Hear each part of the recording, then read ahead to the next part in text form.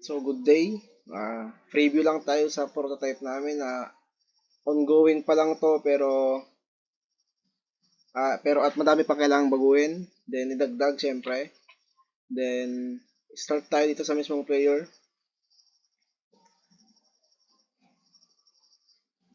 Then, kita nyo, meron kaming player dito. Yung si Tom. Then, still in progress pa rin siya.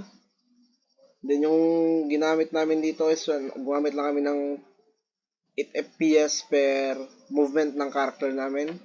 Then, yung movement nito is up, down, left, and right pa lang. Kasi doon lang naman umikot yung laro eh. Sa full movement na yun. Then, sa mga sprites, dito,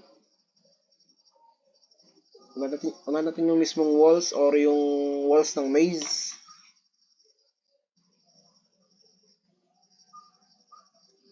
Level 1. Then, ito. Yung tile map. Ito lang yung ginamit namin. Sprites. Bush for the maze walls. Then yung mismong preview ng laro. We use a green color for our maze team. Then sa coins.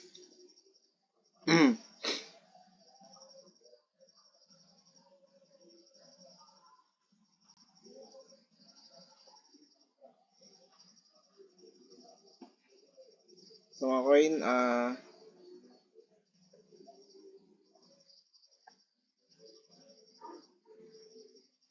gumamit din kami ng 7 FPS for the rotation ng coin. Then, kung kita nyo siya, still playing siya, kaya siya umiikot ngayon. Then, sa ating main, sa word natin, ito yung mismong itsura ng laro. Pero hindi pa to kompleto. Still on progress, pero pinapakita ko na yung mismong preview ng laro. Kung paano ba to mag-i-start and yung progression ng mismong laro namin. Then, kung mapapansin dito yung mismong lever, tanggalin ko na.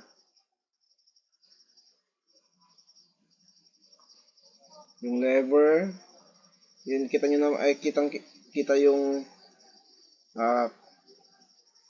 mga game assets lang dyan na ginamit. Hindi pa masyadong detailed, then kukunti pa lamang. Dahil kapag tinignan nyo siya sa mismong nag-run sa mismo yung laro,